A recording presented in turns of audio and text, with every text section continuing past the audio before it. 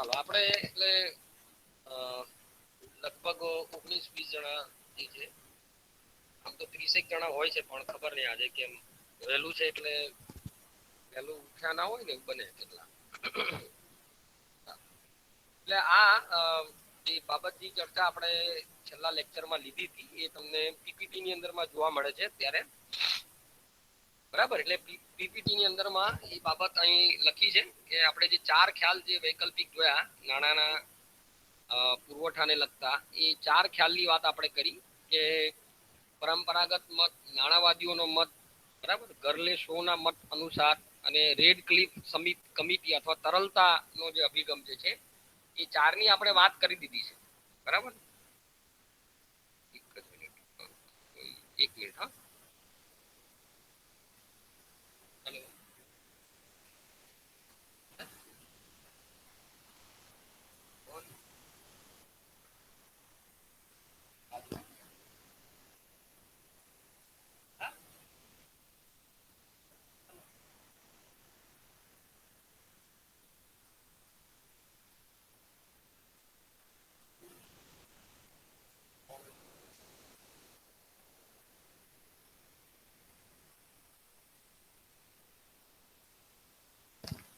એટલે આ દેખાય છે ને તમને 4 ખ્યાલની આપણે જે વાત કરી છે એની ચર્ચા હતી. એટલે 4 ખ્યાલ આપણે રજૂ કર્યા છે. ક્લિયર બધાને? આ આપણે જે વૈકલ્પિક જે 4 જુદા જુદા ખ્યાલ છે, પરંપરાગત ખ્યાલ, નાણાવાદીઓનો ખ્યાલ, ગર્લે અને શોનો જે ખ્યાલ છે તે, અને લિક્વિડિટી રેટ ક્લિફ કમિટીનો ખ્યાલ, આ 4 ખ્યાલની આપણે વાત કરી છે.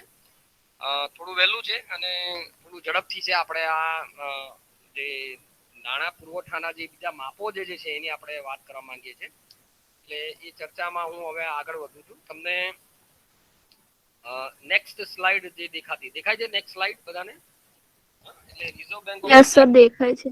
આપણે આની જ વાત કરવાના છે. Reserve bank of sir India. તમારો થોડો વોલ્યુમ વધારો ને. વોલ્યુમ કરું જરા. હવે છે અવાજ બરાબર? હવે અને દેખાતું હશે તમને. આવે છે અવાજ બરાબર હવે? હા સર, હવે કમ્પ્લીટ આવે છે. યસ સર, આવે છે. Okay, reserve bank of India. હવે આપણું જે નવું હેડિંગ જે છે એ રિઝર્વ બેંક ઓફ ઇન્ડિયાના નાણાં પુરવઠાના માપો કઈ રીતે માપે છે, એટલે જુદા જુદા માપોની આપણે વાત કરીએ છીએ. મોટે ભાગે કોઈ પણ અર્થતંત્રની અંદરમાં holding a notion of the liquidity approach to money, એટલે આપણે ખાસ કરીને જે તરલતાનો ખ્યાલ છે એ તરલતાના ખ્યાલ પર વધુ ભાર આપી અને રિઝર્વ બેંક ઓફ ઇન્ડિયાએ જે નાણાં પુરવઠાને માપવાના વિવિધ માપોની આપણે વાત કરી છે. તો એ માપોની આપણે વાત કરશું, ચર્ચા કરશું. રિઝર્વ બેંક ઓફ ઇન્ડિયા જે છે, એટલે કે ભારતની મધ્યસ્થ બેંક જે છે, એને જે અસ્કયામતો છે એ અસ્કયામતોને ખાસ કરીને એગ્રીગેટ મોનેટરી રિસોર્સિસ, એટલે સકલ અથવા કુલ નાણાકીય સંસાધનો એવું નામ આપ્યું છે. અને એવું નામ આપી અને એમણે 6 માપદંડોની વાત કરી છે. બરાબર, પહેલું માપદંડ છે કરન્સી, એટલે ચલણ, જેને આપણે સી તરીકે ઓળખીએ છીએ. આ તમને પેલા એમાં પણ દેખાતું હશે, જેને આપણે કરન્સી સી તરીકે બતાવીએ છીએ.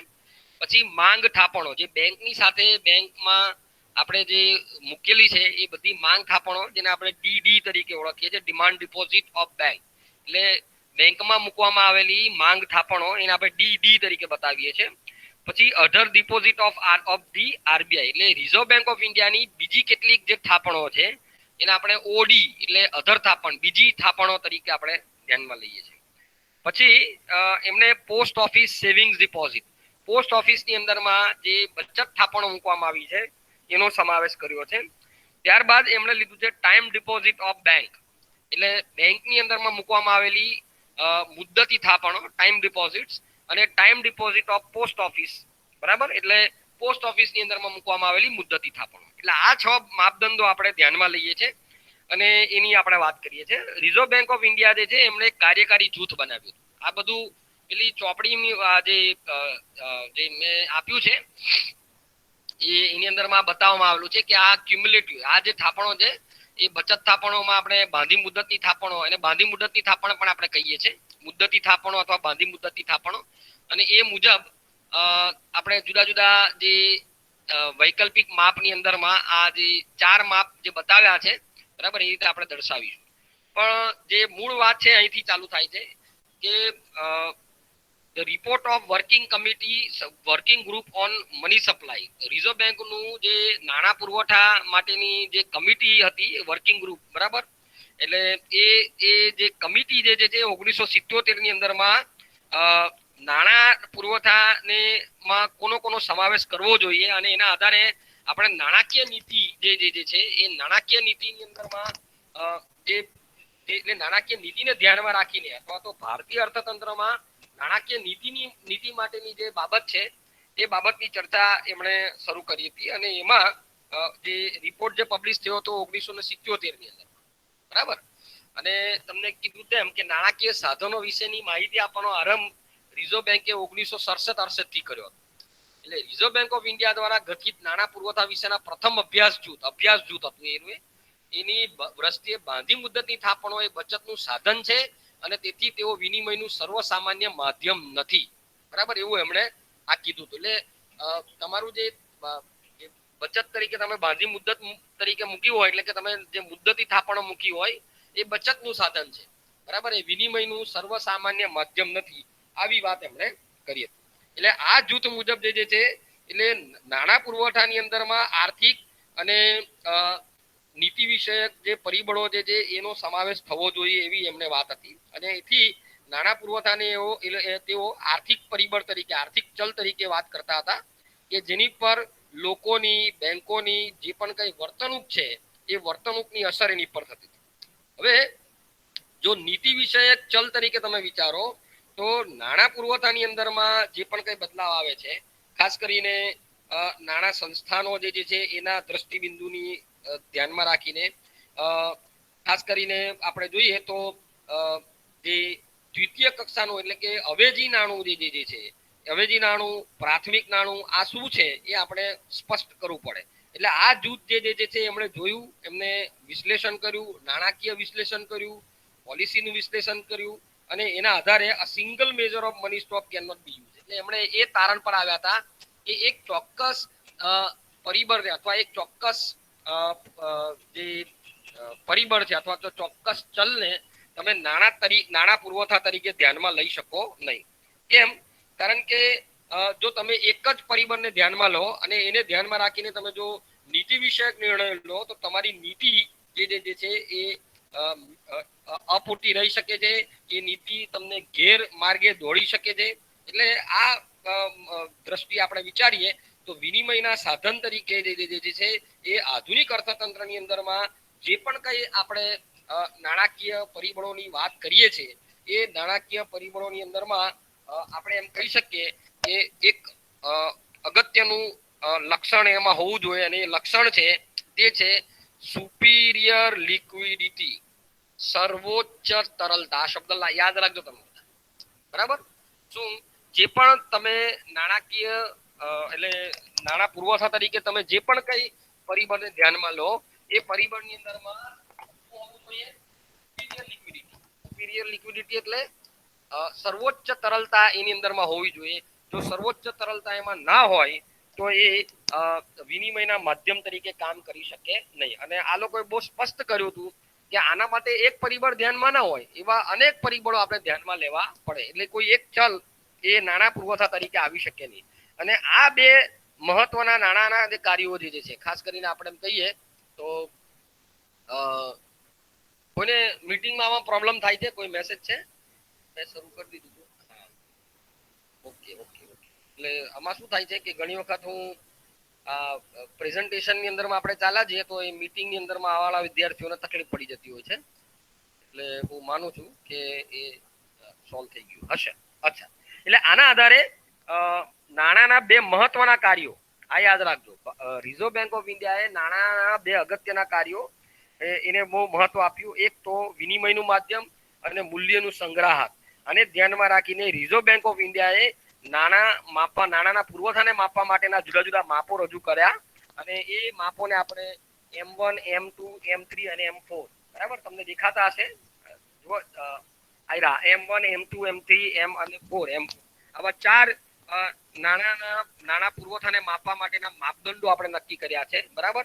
એટલે રિઝર્વ બેંક ઓફ ઇન્ડિયા આપેલા 4 માપદંડો છે અને એ 4 માપદંડોને આધારે આપણે ચારે ચારને સમજીએ. ધારો કે આપણે M1 કહીએ તો M1 જે છે એ ટ્રેડિશનલ છે. ટ્રેડિશનલ સેલ્સ એટલે તમે એને પરંપરાગત દ્રષ્ટિએ વિચારો તો it is usually referred as a narrow money, બરાબર. એ સંકુચિત નાણાં તરીકે આપણે એને વિચારી શકીએ M1 ને. અને એની અંદરમાં જે સમાવિષ્ટ બાબતો જે છે એટલે M1 એટલે શું? તો M1 એટલે પ્રજા પાસેનું ચલણી નાણું, બરાબર, જેને આપણે સી તરીકે બતાવ્યું છે. કરન્સી કોઇન્સ અને કરન્સી નોટ્સ બંને આપણે સી તરીકે દર્શાવ્યું. તો એનો એમાં સમાવેશ થઈ જાય. બીજું જે છે એની અંદરમાં ડી એટલે M1 is equal to C plus DD plus Audi આવું લખાય, બરાબર. અહીંયા લખેલું નથી પણ તમે M1 is equal to C plus આવ્યું જો અહીંયા દેખાય છે C plus D plus DD plus Audi, બરાબર. આ જે અહીંયા દેખાય છે તો એનો આપણે ઉપયોગ કરી શકીએ. ક્લાસમાં ક્લાસ ચાલે છે. હા બોલો. ફોર્મ કે ઓનલાઈન ભરવાનું છે? ઓનલાઈન ભરવાનું છે સાહેબ. હા બોલો સાહેબ. હા એ તમે બાબા સાહેબ આંબેડકર ઓપન યુનિવર્સિટી એમાં ઓનલાઈન એડમિશન એવું લખો એટલે તમને મળી જશે એપ્લિકેશન. એમાં સર્ટિફિકેટ ની અંદરમાં જવાનું, એડમિશન ની અંદરમાં સર્ટિફિકેટમાં જવાનું, બરાબર. સર્ટિફિકેટ, હા, એટલે એમાં જશો એટલે તમને આખું સીસી અને સીસીસી પ્લસ દેખાશે. એના તબક્કા છે અને એમાં પછી ઓનલાઈન એપ્લિકેશન એવું છે એટલે તમારે રજીસ્ટર થવું પડશે. ના 200 રૂપિયા સર્ટિફિકેટ ની અંદરમાં તમે કરશો ને એટલે એ આવશે સીસી અને સીસીસી પ્લસ આવશે. હા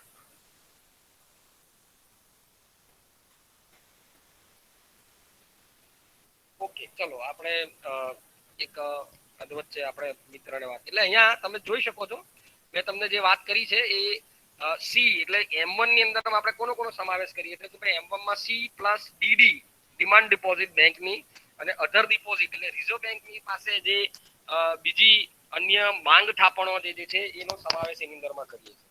એટલે આ જોવા જઈએ તો M1 એટલે બીજું કઈ નથી. M1 એ લોકો પાસેની જે કરન્સી છે, બરાબર, લોકો પાસે જે ચલણી નોટનો જથ્થો સિક્કા છે એનો સમાવેશ થાય છે, બરાબર. એમાં નાના સિક્કાઓનો પણ સમાવેશ થઈ જાય છે. હા, એમાંથી આપણે શું વાત કરીશું?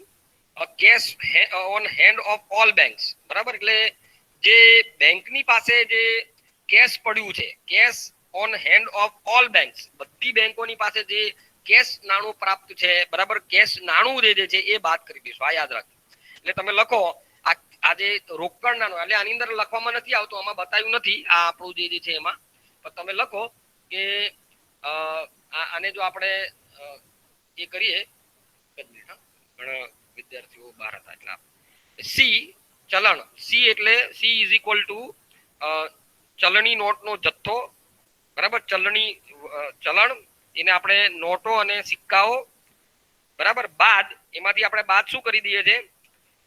Cash on hand of all banks એટલે બધી જ બેંકોની પાસે જે રોકડ પુરાણ છે એ બાદ કરી દીધી છે. કેમ? અને અહીંયા એક બહુ સ્પષ્ટતા છે.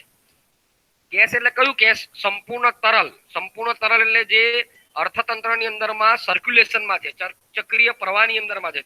અર્થતંત્રની અંદરમાં જે એક હાથથી બીજા હાથમાં ફરે છે એ જ નાણાંની વાત કરીએ છીએ. બેંકની હાથ પર જે કેશ છે એ કેશ એ આવતું નથી એની અંદર. આ યાદ રાખજો. પછી ડી અથવા ડીડી જેને આપણે માંગ થાપણો કહીએ છીએ, બરાબર. એ માંગ થાપણો બધી જ બેંકોની જે માંગ થાપણો છે એનો એમાં સમાવેશ થાય છે, બરાબર. હવે મૂળ જે છે એમાં આપણે શું કરીએ છીએ? એમાં આપણે ખાસ કરીને જે સમાવેશ કરીએ છીએ તે માંગ થાપણોની અંદર બધી જ બેંકોની માંગ થાપણો છે. એમાં તમારી વાણિજ્યિક બેંકો આવી જાય, કોઓપરેટિવ બેંકો આવી જાય, બરાબર. હવે બાદ જે કરવાનું છે એ બાદ શું કરવાનું છે તમારે? એમાંથી એક બેંક અને બીજી બેંક વચ્ચેની જે ડિપોઝિટ્સની હેરફેર છે એ બાદ થઈ જતી. બરાબર ને? માંગ થાપણોમાં જ્યારે આપણે થાપણોની વાત કરીએ છીએ એમાં એક બેંક થી બીજી બેંકમાં જે માંગ થાપણોની હેરફેર થતી હોય એ માંગ થાપણો આપણે બાદ કરીએ છીએ. આ યાદ રાખજો. બરાબર, એ લખી દેજો એની અંદર. અને ત્રીજું જે M1 નું આપણો ખ્યાલ છે, M1 ની અંદરમાં ત્રીજી જે બાબત છે અને એ છે અધર ડિપોઝિટ, ઓડી તરીકે બતાવીએ છીએ. એટલે અન્ય થાપણો, રિઝર્વ બેંક ઓફ ઇન્ડિયા પાસે જે અન્ય થાપણો છે તે. હવે આ અન્ય થાપણો ક્યાં છે કે ભાઈ આ બધી થાપણો રિઝર્વ બેંક ઓફ ઇન્ડિયા એટલે IMF, balance in account number 1 of IMF, એટલે IMF પાસે આંતરરાષ્ટ્રીય નાણાં ભંડોળ નું જે આપણું ખાતું છે રિઝર્વ બેંક ઓફ ઇન્ડિયાનું, એનું એકાઉન્ટ નંબર 1 એની અંદરની જે થાપણો છે તે. એ ઉપરાંત રિઝર્વ બેંક ઓફ ઇન્ડિયા પાસે એના કર્મચારીઓનો એમ્પ્લોયી પેન્શન ફંડ છે તે. બરાબર, આ બધાનો આપણે સમાવેશ એની અંદરમાં કરીશું. આ બધી બાબતો જે છે એની અંદરમાં આવશે, અધર ડિપોઝિટ તરીકે એની પાસે છે. ઉપરાંત other deposit with the RBI includes, એટલે રિઝર્વ બેંક પાસે જે બીજી અન્ય થાપણો છે એની અંદરમાં IDBI જે છે, IF એટલે industrial development bank of India, પછી IFCI industrial financial corporation of India, પછી SFCs એટલે સ્ટેટ ફાઇનાન્શિયલ કોર્પોરેશન, રાજ્ય નાણાં જે નિગમો જે તે, NABARD, unit trust of India વગેરે જે નાણાકીય સંસ્થાનો છે એની ડિપોઝિટનો પણ સમાવેશ એની અંદરમાં થાય છે. જ્યાં આપણે રિઝર્વ બેંકની જે ડિપોઝિટ થાપણોની વાત કરીએ છીએ એમાં આ થાપણોનો પણ સમાવેશ થાય છે. Number 2. Number 3, balance of foreign capital banks and governments IMF account number 2. બરાબર, જેમ કે ખાસ કરીને IMF ની અંદરમાં એકાઉન્ટ નંબર 2 જે છે એમાં ફોરેન કેપિટલ બેંક્સ અને ગવર્નમેન્ટનું જે IMF એકાઉન્ટની અંદરમાં IMF ની એકાઉન્ટ નંબર 2 એનો સમાવેશ આપણે એની અંદરમાં કરીએ છીએ. ખાસ કરીને IBRD, બરાબર, industrial bank and reconstruction and development, જે મોટે ભાગે વર્લ્ડ બેંક તરીકે આપણે એને ધ્યાનમાં લઈએ છીએ, એનો પણ એની અંદરમાં એની અન્ય થાપણોમાં સમાવેશ થાય છે. તો એ નંબર 2. નંબર 3, કમ્પલસરી ડિપોઝિટ્સ, એટલે જે ફરજિયાતપણે તમારે મૂકવું પડતું હોય છે. બરાબર, રિઝર્વ બેંકની પાસે કમ્પલસરી ડિપોઝિટ તરીકે જે મુકાય છે. એટલે M1 જે છે એ ઇમ્પ્લાય ધી સુપીરિયર લિક્વિડિટી, એટલે સર્વોચ્ચ તરલતા ધરાવતું નાણું જે છે, અને it is consider as an reserve money, તેને આપણે અનામત નાણું તરીકે પણ ઓળખાવી શકીએ છીએ. આ M1 ને આપણે ઉચ્ચ સત્તાકીય નાણું તરીકે પણ ઓળખાવી શકીએ છીએ. અને it is also known as an base money, એટલે એ પાયાનું નાણું પણ છે એવું પણ આપણે કહી શકીએ. એટલે આ જુદા જુદા નામ છે, યાદ રાખજો. કમ્પલસરી ડિપોઝિટ પણ એમાં આવી જાય છે. રિઝર્વ બેંકની પાસે જે ફરજિયાત ડિપોઝિટ હોય છે એ ફરજિયાત ડિપોઝિટ પણ એ તમારું તરલતાની અંદરમાં આપણે સમાવિષ્ટ કરીએ છીએ. એટલે M1 ઇમ્પ્લાઇઝ, M1 ની અંદરમાં આપણે M1 ને આપણે સર્વોચ્ચ તરલ નાણું અથવા તો સર્વોચ્ચ ઉચ્ચ સત્તાકીય નાણું એવું નામ પણ આપી શકીએ છીએ. એને રિઝર્વ મની પણ કહી શકીએ છીએ, એટલે કે અનામત નાણું પણ કહી શકીએ, એને આધારભૂત નાણું, બેઝ મની પણ એને કહી શકીએ છીએ. એટલે આ હતું તમારું M1. તમે જો તમને જે અહીંયા મટીરિયલ છે, મટીરિયલ ની અંદરમાં ખાલી આટલું જ લખેલું છે. બરાબર, મેં તમને એને છણાવટથી લખાયું છે કે આટલો સમાવેશ આ M1 ની અંદરમાં થાય છે. M1 જે સંકીર્ણ નાણું છે, એટલે નેરો મની છે. બરાબર, પરંતુ સૌથી તરલ નાણું છે, ઉચ્ચ સત્તાકીય નાણું છે, એ અનામત નાણું છે. બરાબર, અને આ તમારી આખી નાણાકીય સંસ્થાનો એ આધાર છે, બેઝ નાણું પણ કહેવાય છે. ક્લિયર? આ લખો તો તમે બધા આવ્યું. તો બધા જે વધારાનું લખાયું છે પછી આમાં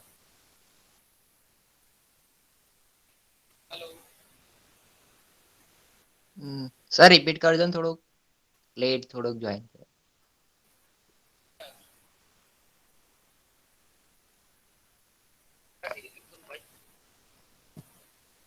હેલો, ક્યાંથી રિપીટ કરું? હેલો, ક્યાંથી રિપીટ કરું?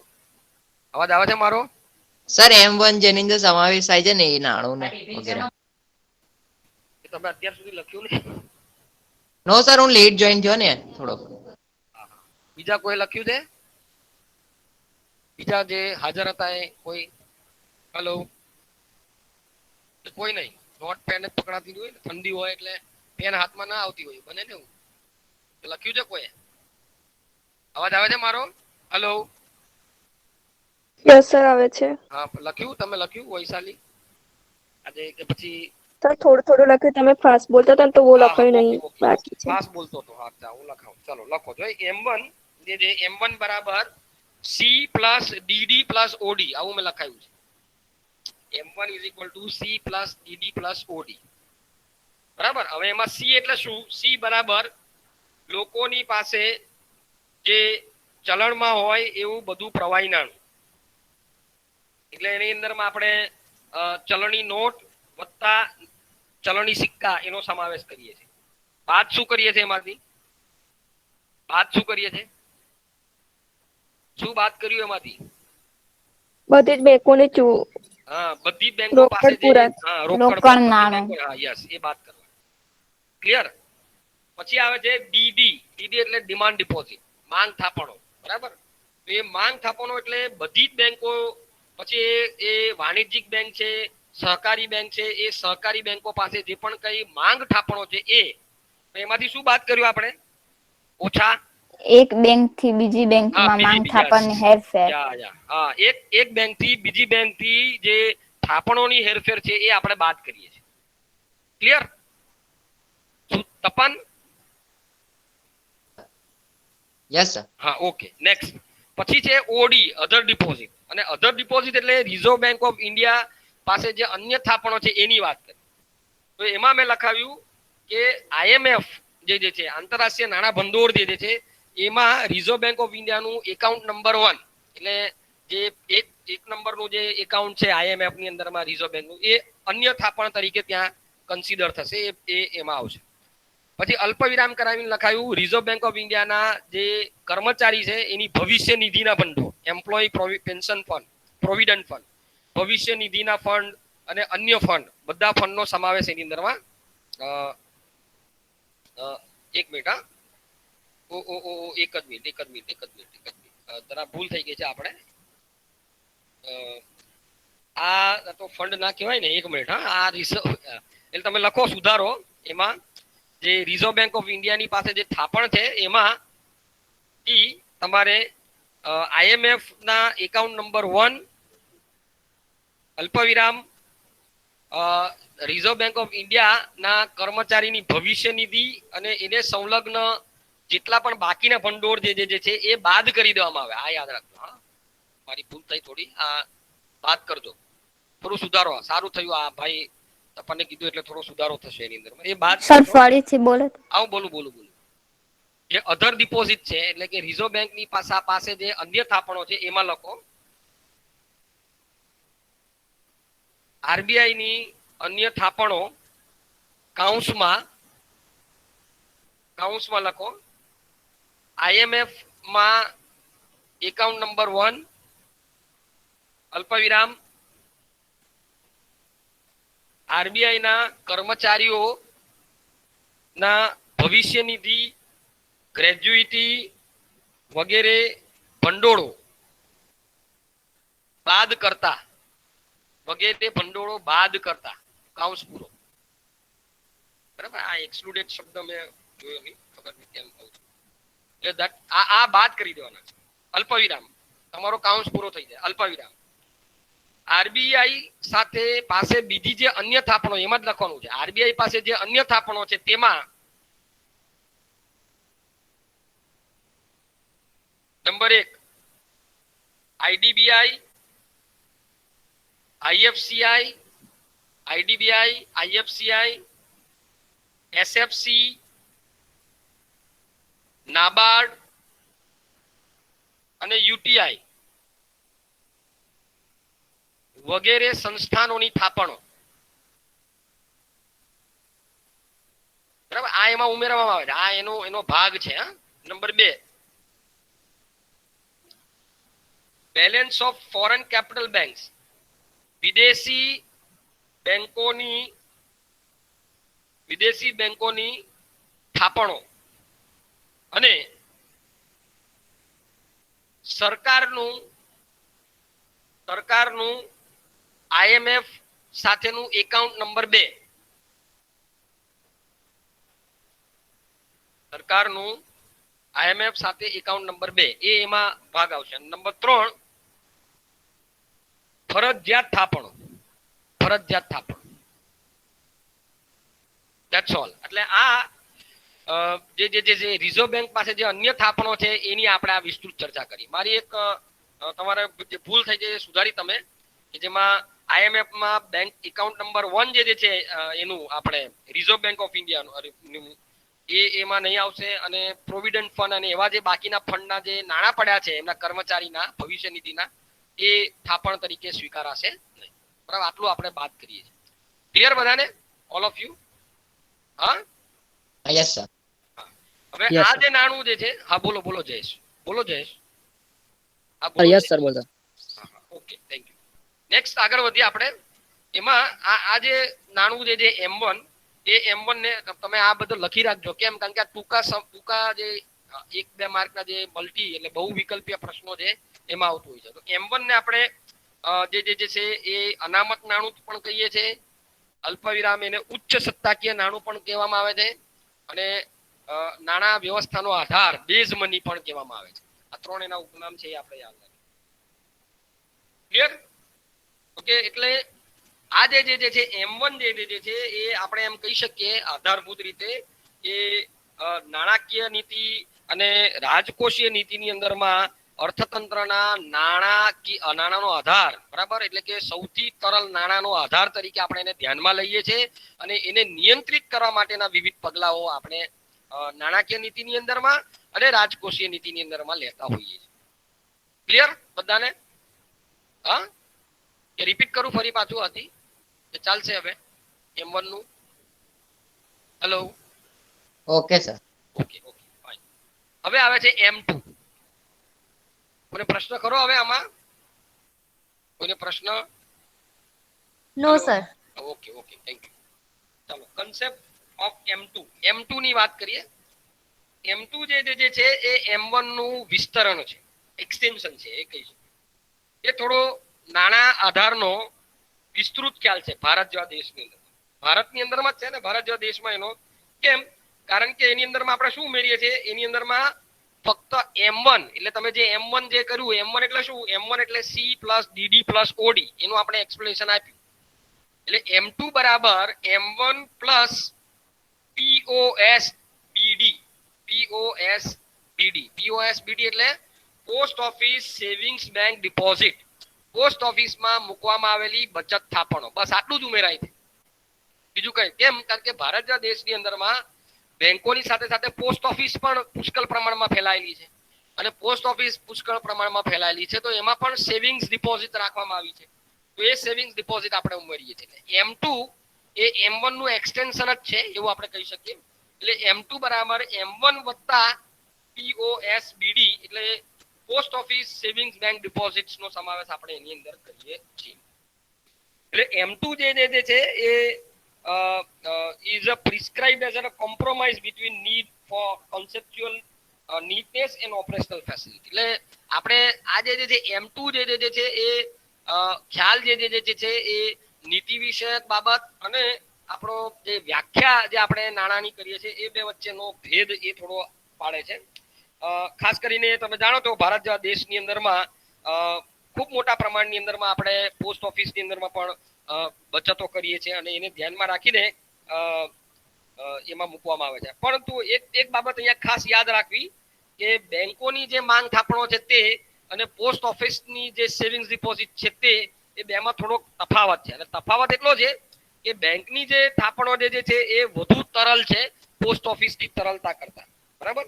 એટલે હા, પરંતુ પોસ્ટ ઓફિસની અંદરમાં જે થાપણો માંગ થાપણો મૂકવામાં આવેલી છે એ મુદ્દતી થાપણો કરતા વધુ તરલ છે. એટલે તરલતાની દ્રષ્ટિએ વિચારીએ તો બેંકોમાં મૂકવામાં આવેલી જે માંગ થાપણો છે જે સૌથી તરલ, પછી આવે પોસ્ટ ઓફિસમાં મૂકવામાં આવેલી માંગ થાપણો, એમ એવી રીતે ખ્યાલ રાખજો, બરાબર. આમ છતાં તમે જાણો છો કે પોસ્ટ ઓફિસ છે જે ગવર્મેન્ટ એજન્સી છે, અને ખૂબ મોટા પ્રમાણમાં લોકોનો વિશ્વાસ એની અંદરમાં છે. એટલે જેમ બેંક ડિપોઝિટ છે એવી રીતે છે. અને ભારત જેવા દેશની અંદરમાં તો ગ્રામીણ વિસ્તારમાં જ્યાં બેન્કિંગ ફેસિલિટીઝ જે છે, બેન્કિંગની સુવિધા જે છે એનો અભાવ જોવા મળે છે, ત્યાં આ પ્રકારની પોસ્ટ ઓફિસની અંદરમાં સેવિંગ્સ બચત એ બેંકનું કામ કરે છે, અને એ ગ્રામીણ બચતોને વધુને વધુ પ્રોત્સાહિત કરે છે. એટલે આમ જોવા જઈએ તો બેંકની માંગ થાપણો અથવા બચત થાપણો અને પોસ્ટ ઓફિસની જે બચત થાપણો જે છે એની અંદરમાં ખાસ કરીને ચેક સિસ્ટમ જે છે એ બેંકના ખાતાની અંદર, બેંકના સેવિંગ્સ ખાતાની અંદરમાં ચેક સિસ્ટમ મળે છે. જ્યારે પોસ્ટ ઓફિસની અંદરમાં તમારે ઉપાડ સ્લીપ હોય છે. કે હવે તો એનું એક્સટેન્શન થયું છે. હવે તો પોસ્ટ ઓફિસના જે સેવિંગ્સ બેંક છે, સેવિંગ્સ એકાઉન્ટ છે, એમાં શું પ્રાપ્ત થાય છે ખબર તમને? અત્યારે જે નવા લેટેસ્ટ જે ખુલ્યા એની અંદરમાં શું આપવામાં આવે છે? એટીએમ કાર્ડ પણ આપવામાં આવે છે. આપે છે ને પોસ્ટ ઓફિસ સેવિંગ્સ બેંકના એકાઉન્ટમાં? ખ્યાલ છે કોઈને? જોયું છે? સાંભળ્યું છે? હેલો, નો સર. નથી ખ્યાલ? અચ્છા, એ જોજો. એ પોસ્ટ ઓફિસના જે ખાતાઓ જે ખુલે છે એમાં પણ હવે એ લોકોના પણ પોતાના એટીએમઓ એ લોકો બનાવ્યા છે.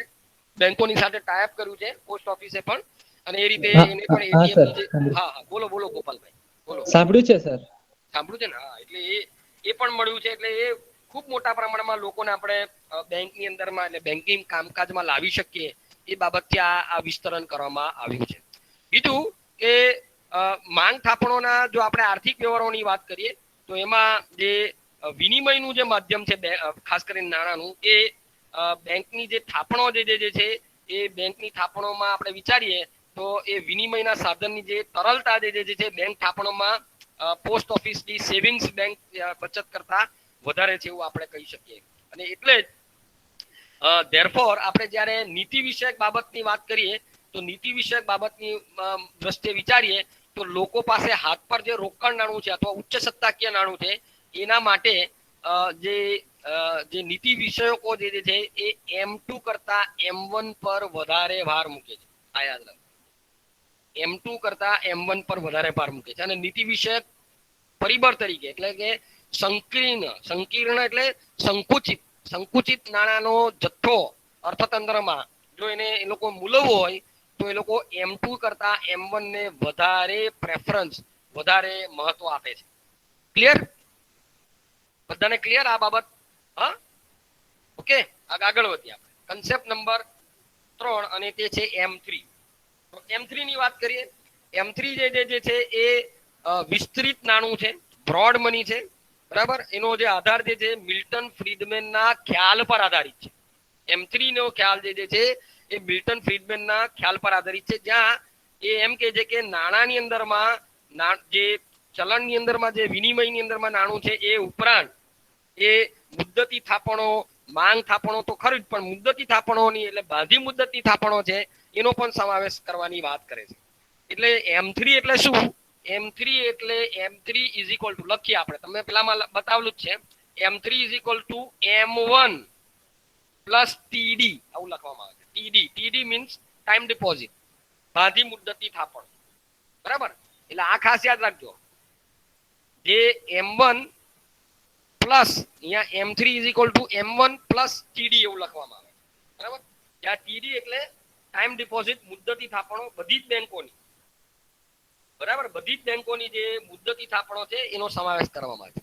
શું બાદ કરવામાં આવે છે એમાંથી? તો કાઉન્સમાં લખી રાખો કે આંતર બેંક એટલે એક બેંક અને બીજી બેંક વચ્ચેની જે મુદ્દતી થાપણોની જે હેરફેર છે, બરાબર, એક બેંક અને બીજી બેંક વચ્ચેની જે ટાઈમ ડિપોઝિટ, એક બેંક અને બીજી બેંક વચ્ચેની મુદ્દતી થાપણો જે છે એ આમાંથી બાદ કરી દેવામાં આવે છે. યાદ રાખજો, કાઉન્સ પૂરો, બરાબર. એટલે M3 જે છે એને આપણે તમે કહી શકો છો કે એ M1 વત્તા બેંકોની બાંધી મુદ્દતની થાપણ એવું આપણે અહીંયા લીધું છે. અહીંયા તમને દેખાતું પણ હશે આની અંદરમાં. એટલે એક એ બાબત છે એ M3 ને, અને એ ઉચ્ચ સત્તાકીય નાણું છે. આપણું જે આ નાણું જે છે સોરી બ્રોડ મની છે, એટલે વિસ્તૃત નાણાકીય ખ્યાલ છે, બરાબર. M3 જે છે એ અર્થતંત્રની અંદરમાં કુલ નાણાકીય સંસાધન તરીકે પણ ઓળખાય છે, બરાબર. એટલે રિઝર્વ બેંક ઓફ ઇન્ડિયાનો જે નાણાંનો ખ્યાલ છે એ નાણાંના ખ્યાલની અંદરમાં reserve bank of India M3 ને એ કુલ નાણાકીય સંસાધન તરીકે એને ધ્યાનમાં લે છે, બરાબર. અને ચક્રવર્તી કમિટી 1985 ની અંદરમાં જે ગઠન થયું હતું ચક્રવર્તી કમિટીનું, આ લખી રાખજો, ચક્રવર્તી કમિટી 1985, એમણે M3 જે છે એ ભારત જેવા અર્થતંત્રની અંદરમાં, ભારત જેવા અર્થતંત્રમાં નીતિ વિશે એક માપ તરીકે, જ્યારે તમારા નાણાકીય નીતિ અથવા તો રાજકોષીય નીતિની જ્યારે તમારે ચર્ચા લેવાની છે ત્યારે નીતિ વિષયક ચલ તરીકે M3 ને લેવાની વાત કરી છે. ચક્રવર્તી કમિટીએ ભલામણ કરી છે. બરાબર. એટલે એમને એવું કીધું અને એના આધારે પછી મોનેટરી પ્લાનિંગ, ભારતની અંદરમાં નાણાકીય આયોજન જે થાય છે એ નાણાકીય આયોજનની અંદરમાં M3 નો સમાવેશ આપણે કરતા થયા છે, એવું યાદ રાખજો. બરાબર. ક્લિયર? બધાને લખો છો તમે? આ લખતા હો તો લખજો, કારણ કે હા સર, લખીએ છીએ. હા, એટલે પીપીટી ને તમે બધું છે સર. Yes yes. એટલે આ ક્લાસ લેવાનો આપણે શા માટે ક્લાસ લઈએ છે?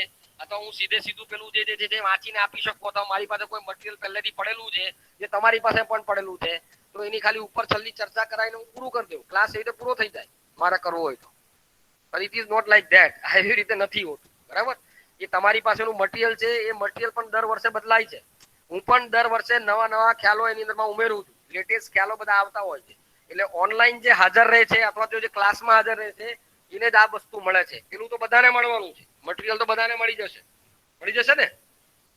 હા, મળી જાય ને મટીરિયલ તો બધાને? હા, બધાને મળી જાય. હા, અને જેને ના મળતું હોય તો હું પાછળથી આ પીડીએફ આપવાનો જ છું તમને બધાને. એ પીડીએફ પણ મળી જશે. તો તમારે ને એનામાં ફરક શું પડવાનો? તમારો ને એમાં ફરક એટલો પડવાનો કે તમે આ વધારાનું નોટ જે લખો છો એ વધારાનું એક્સપ્લેનેશન છે. બરાબર. જે ક્લાસમાં હાજર રહેવાથી ખ્યાલ આવે છે. આ ચક્રવર્તી કમિટીની ખ્યાલ એમાં ક્યાંય નહીં હોય. બરાબર. આગળ વધીએ. કન્સેપ્ટ નંબર 4 અને તે છે M4. બરાબર. M4 એટલે બીજું કઈ નહીં. M4 એ M3 નું એક્સટેન્શન છે. M3 નું વિસ્તરણ છે. બરાબર. અને એને આપણે દેશની અંદરમાં જે પણ કઈ કુલ નાણાકીય જે સંસાધનો છે એનો એક ભાગ કરી શકીએ. બરાબર. એને કઈ રીતે માપવામાં આવે છે? એને માપવા માટે આપણે M4 M3 TPOD આવું લખો. M3 TPOD. M3 શું છે આપણે અત્યાર સુધી ડિફાઇન કર્યું છે. શું છે M3? M3 શું છે? કોઈ જવાબ આપશો? What is M3? હેલો, લખો છો ને? તો M3 એટલે શું? કોઈ જવાબ આપશો પીડી મને? પીડી પીડી હા? ના ના ના ના ના પીડી. ના ના ના ના ના ના ના. આ તો મેં તમને કીધું. આગળ મેં જે કીધું M1 પ્લસ બાંધી મુદતની થાપણો તેમાંથી એક બેંકમાંથી બીજી બેંકોમાં બાંધી મુદતની થાપણોની હેરફેર થાય છે ને તે બાદ કરવામાં આવે છે. વાહ, વેરી ગુડ રાકેશ. એકલા રાકેશે સમજ્યો મારો સવાલ. ફાઇન. M3 એટલે M1 પ્લસ જે મુદ્દતી થાપણો એમાં આપણે એક બેંક અને બીજી બેંક વચ્ચેની જે મુદ્દતી થાપણોની હેરફેર છે વાત કરીએ છીએ. Fine, clear. અને એને આપણે ધ્યાનમાં રાખીને M4 M3 TPOD એવું લખીએ. અચ્છા, TPOD એટલે શું છે? TPOD એટલે બીજું કઈ નહીં પણ total post office deposit. Post ઓફિસની કુલ થાપણો એવું આપણે નામ આપવાનું. બરાબર. પોસ્ટ ઓફિસની કુલ થાપણોને આપણે અહીંયા ઉમેરીએ. એટલે એની અંદર બધું જ આવી જાય. એમાં બચત ખાતાની થાપણો આવી જાય, મુદ્દતી થાપણો આવી જાય, અથવા બાંધી મુદ્દતની થાપણો તમે કહી શકો એ આવી જાય. બરાબર. એ બધાનો સમાવેશ થાય. પણ શું બાદ થાય એ લખો. એની લખેલું હોય હાઉસમાં લખો.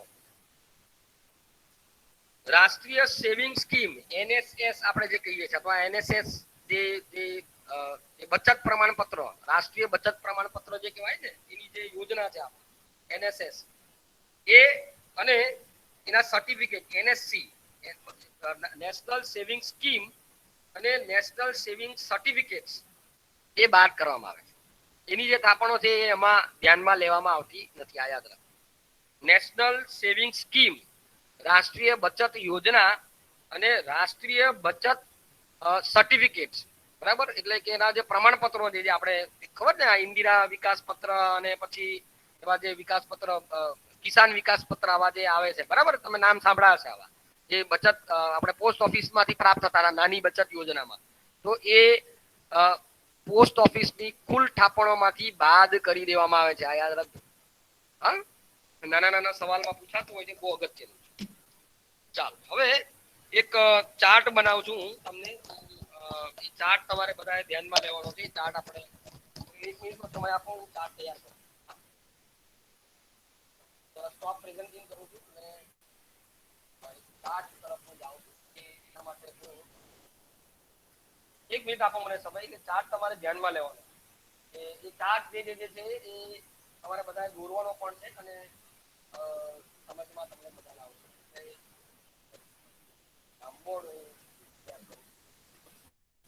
જાંબોળ કરીને આવે છે તેમાં હું આ કરી શકતો હોઉં છું. તમને સમય આપો 1 મિનિટ તો.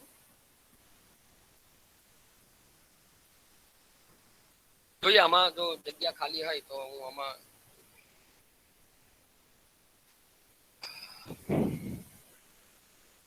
થોડું વહેલું ચાલુ કર્યું નહીં આપણે, એટલે ઘણા પાછળથી તમને ખ્યાલ ન હોય કે આટલું વહેલું ચાલુ થઈ જાય. ઓકે ચાલો, હું પહોંચી ગયો છું એની પર, એટલે હું શેર કરું છું મારી એપ.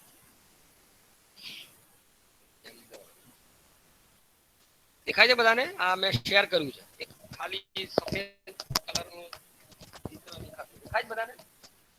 હેલો, દેખાયું તમને? આવ્યું? Yes sir. યસ સર દેખાય. Yes sir. બસ હવે આની પર હું ચાર્જ કરાવું. એક જ મિનિટ આપો મને.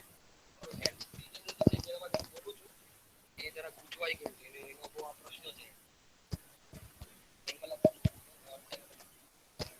બધાને પણ સમસ્યા હશે કે આપણે ઓકે, તો હું એ ચાર્ટ બનાવું છું અહીંયા. તમે બધા મારી સાથે એ બનાવશો. સીધી લીટી જેવું માનો, બરાબર? એમાંથી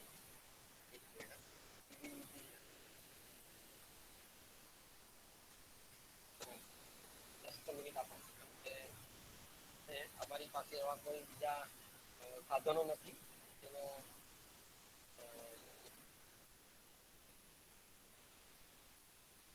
અહીંયા હું લખું છું.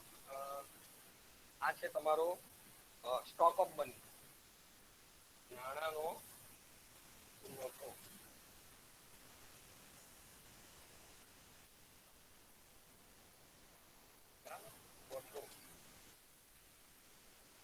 મારે અને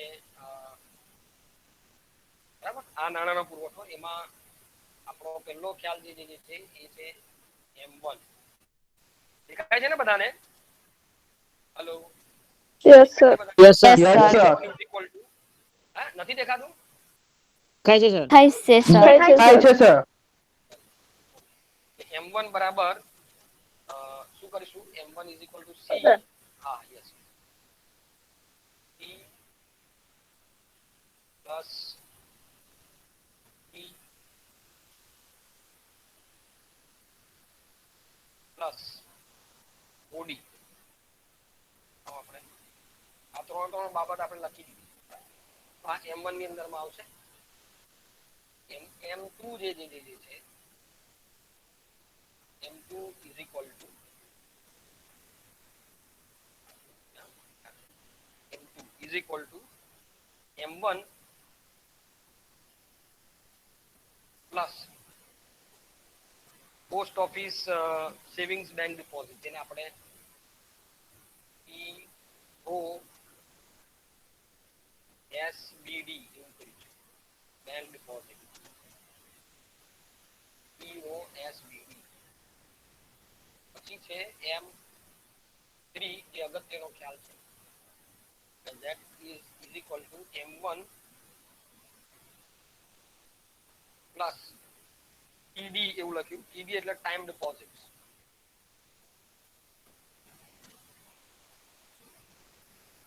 આ એક ચાર્ટ છે જે તમને અગત્યની જે માહિતી જે આપણે જે લેવા માંગીએ છીએ તેની M4 is equal to M3 plus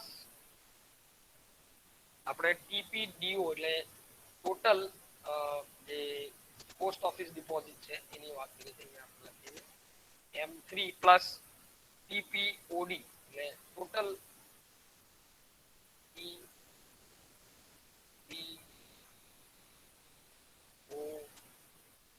total post office deposit. Clear? મેં પ્રયત્ન કર્યો છે તમને આ ચાર્ટ બનાવવાનો. તમારે આ ચાર્ટ યાદ રાખવાનો છે, એટલે યાદ રહેશે એવી રીતે તમારે. એટલે આ જે છે એ નાણાંના જે આપણે કહીએ જે નાણાં પુરવઠાના જે મહત્વના જે ખ્યાલો જે છે એ રિઝર્વ બેંક ઓફ ઇન્ડિયા આપેલા છે તેની વાત આપણે ક્લિયર બધાને આ દેખાયું હા આ ચાર્ટ બનાવ્યો દેખાય છે બધાને જોયો hello yes sir. Yes sir sir હા બસ તો હવે આપણે અહીંયા આ એ જે છે એ હું એને સ્ટોપ કરું છું હું માનું છું કે તમે એને ના દોર્યો હોય તો તમે એને એ સ્ક્રીનશોટ લઈ લેજો જે લેવું હોય તે અને હું એને અહીંયા સ્ટોપ કરું છું બરાબર અને હું ફરી પાછું મારું જે આપણું પ્રેઝન્ટેશન છે એ પ્રેઝન્ટેશન પર હું જાઉં છું બરાબર આપણા અને એમાં હવે આપણે નવા ખ્યાલોની વાત કરવા માંગીએ છીએ જે નવા મોનેટરી જે આવ્યા બરાબર દેખાય છે ને હવે ફરી પાછી મેં મારી એની શેર કરી છે પીપીટી ની જે સ્ક્રીન છે શેર કરી છે તમને દેખાશે થોડી વારમાં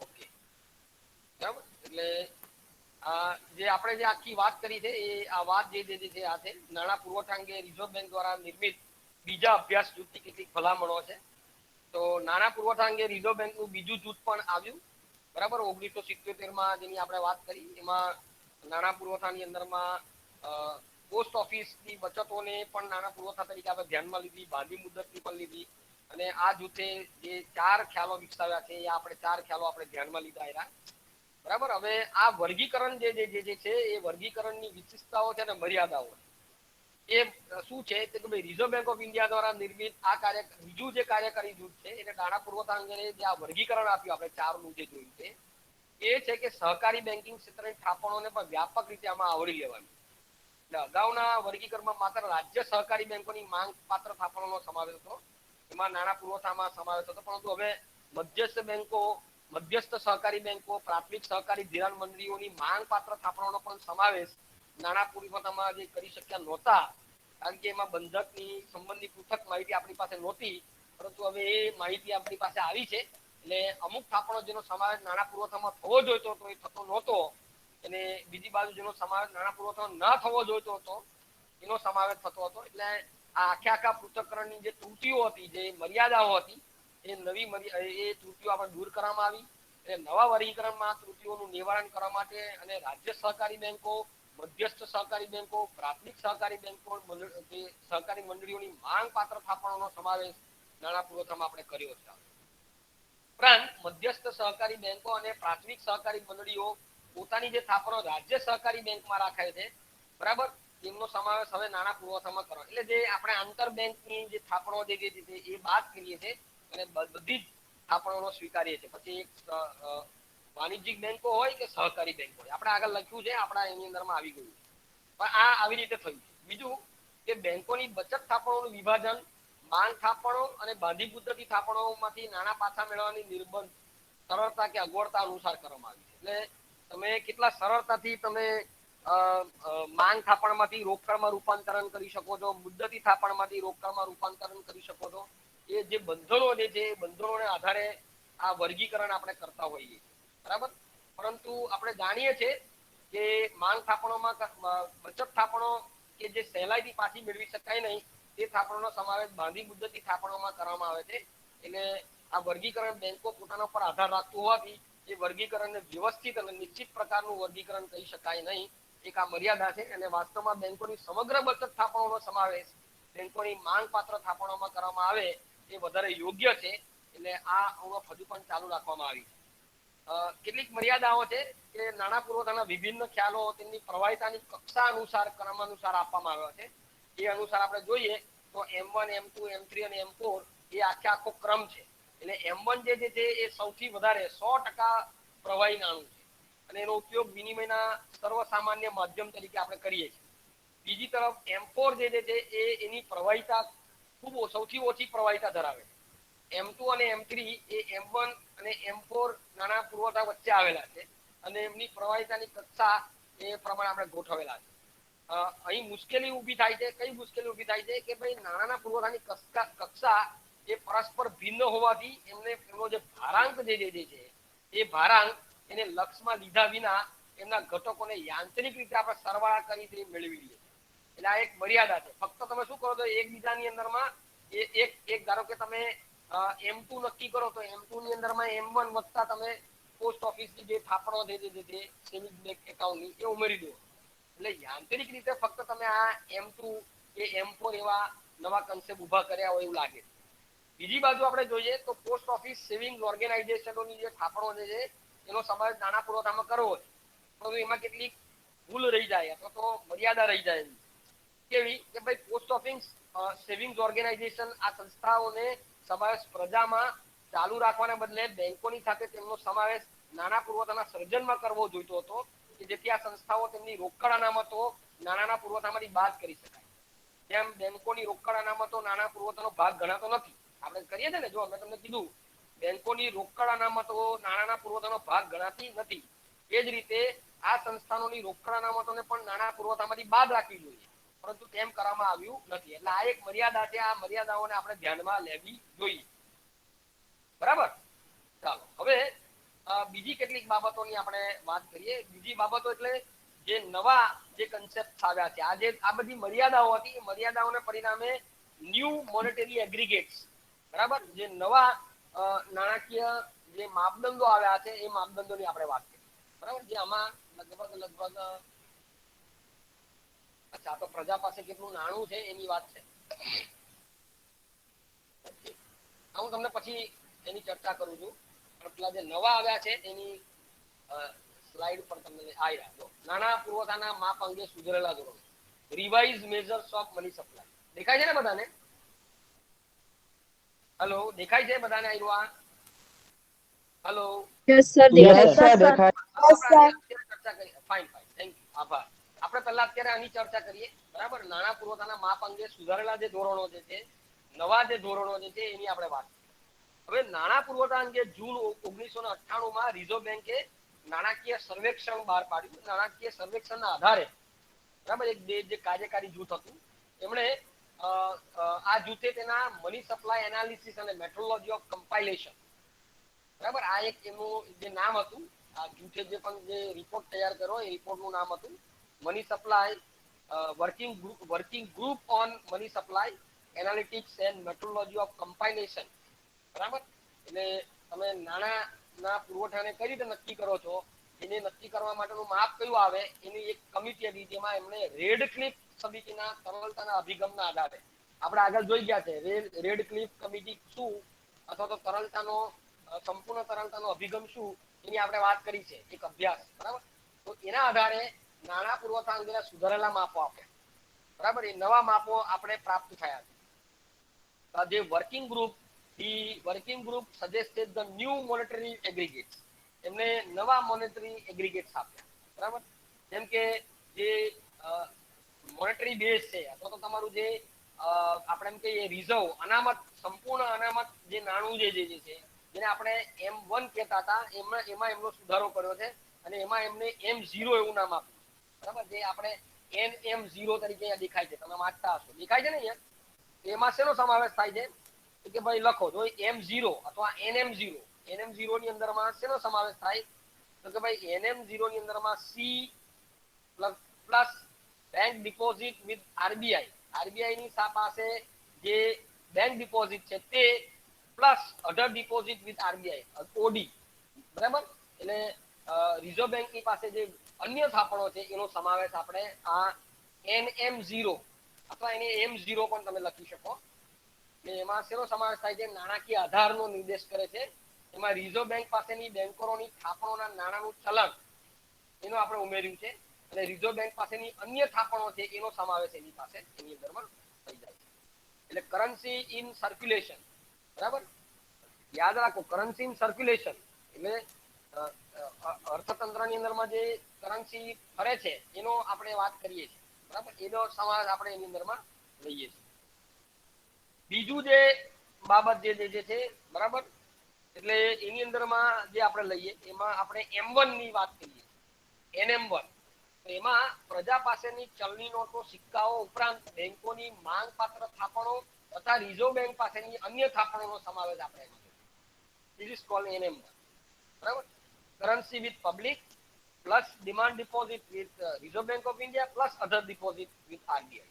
RBI સાથેની જે, એટલે આમાં શું ઉમેરાય છે? આમાં લોકો પાસેનું, પ્રજા પાસેનું જે ચલણી નોટમાં જે સિક્કાઓ છે એ ઉમેરાય. અગાઉના ખ્યાલની અંદરમાં શું છે? ફક્ત નાણાકીય આધાર, એટલે કે ચલણની અંદરમાં જે નાણું છે ફંડ્સ ઇન સર્ક્યુલેશન એવું આપણે લીધું, બરાબર. આમાં લોકો પાસે જે નાણું છે એની આપણે વાત કરી, બરાબર. ઓકે, તો અહીંયા આપેલું છે એટલે હું લખાવતો નથી. NM1 આગળ વધીએ. NM2 એ બીજું કઈ નથી પણ NM1 પ્લસ તમે શું ઉમેરો છો? બેંકોની બચત થાપણો પૈકી બાંધી મુદ્દતી જવાબદારીઓ તથા બેંકો દ્વારા જે સર્ટિફિકેટ્સ ઓફ ડિપોઝિટ્સ કે જે 1 વર્ષની મુદતની અંદરમાં પાકતા હોય એનો સમાવેશ તમે NM2 તરીકે કરો છો, બરાબર. જે અહીંયાથી દેખાય છે ને બધાને? બરાબર, દેખાય છે ને? આ મેં શેર કર્યું છે બધાને. હેલો, યસ સર દેખાય yes sir yes sir. Okay. તો એ આ તમારું NM2 છે. NM2 એ બીજું કઈ નહીં એટલે ન્યૂ મોનેટરી એગ્રીગેટ્સ 2 એ NM1 વત્તા બેંકોની બચત થાપણો પૈકીની મુદ્દતની જવાબદારીઓ એટલે જે મુદ્દતી જવાબદારીઓ છે તે તથા બેંકો દ્વારા જે 1 વર્ષની અંદરમાં પાકતી હોય એવી બાંધી મુદ્દતી થાપણોનો સમાવેશ એમાં કરીએ છીએ. ત્યાર પછી છે આપણી પાસે NM3, બરાબર. NM3 એ બીજું કઈ નથી પણ NM2 પ્લસ 1 વર્ષથી ઉપર પાકતી બેંકો પાસેની બાંધી મુદ્દતી થાપણો તથા બેન્કિંગ તંત્ર દ્વારા ટૂંકી અને અમુક મુદ્દત માટે લીધેલા ઉછીના નાણાં એને આપણે કોલ લોન્સ અને term loans of the banking system એટલે બેંક દ્વારા જે એ લેવામાં આવેલી હોય, બરાબર. કોલ અને ટર્મ બાંધી મુદ્દતની અને ટૂંકા ગાળાની જે પણ કઈ બેન્કિંગ સિસ્ટમ દ્વારા જે નાણાં ઉછીના લેવામાં આવ્યા હોય એનો સમાવેશ આપણે એમાં કરીએ. હવે તમે આખી બાબતની અંદરમાં તમે જો પોસ્ટ ઓફિસ આપણે બાજુ પર જોયું ને તમે આ 4 ની અંદરમાં અત્યારે 4 ની વાત કરી. NM0, NM1, NM2 અને NM3, બરાબર. જે ન્યૂ મોનેટરી એગ્રીગેટ્સ આવ્યા, બરાબર. એ 4 ની અંદરમાં આપણે જે બેન્કિંગ સિસ્ટમની અંદરમાં જે પોસ્ટ ઓફિસની થાપણ હતી એ પડતી મૂકવામાં આવી છે. આ નવો સુધારેલો માપદંડ છે 1998 પછીનો. સમજમાં આવે છે તમને બરાબર? ક્લિયર? હા, ઓલ ઓફ યુ અવાજ આવે છે? હેલો સર થોડું મોટેથી બોલો ને. છે સર. અવાજ આવે છે ને? હવે સર હવે આવે છે અવાજ ક્લિયરિટી આવે. બરાબર? હવે આવે છે? ક્લિયરિટી આવે. યસ સર હવે આવે છે. Yes sir. ઓકે, આપણે જરા જાણી લઈએ કોણ કોણ અહીંયા છે. અક્ષય અહીંયા છે ભાઈ? Akshay, yes sir Diksha, yes sir. Bhavesh, Christy Bhavesh, પહેલી વખત નામ સાંભળ્યું છે. યસ ભાવેશ, સર હા. Bhumi Parmar, Bhumi Parmar, Bhumi yes sir. બેન હાજર બીજા ક્લાસમાં પણ હાજર હોય. આપણે તમારો RM નો કે એનો હોય ને SM નો એમાં હાજર હોય. Devangi, Rohit Devangi, sir. Disha, yes sir. Falguni, yes sir. Yes sir. Gopalbhai. Yes sir બોલું છું બોલો. ના બસ ખાલી બોલવાનું જ હતું તમારે. હા એવું. હા, તમને નહીં ખબર હોય પણ હું હાજરી લઉં છું આવી રીતે. હા બેન પહેલી વખત બોલું છું એમ કે. Okay, Hina Solanki, yes sir. Harish, yes sir Hina Vaghela,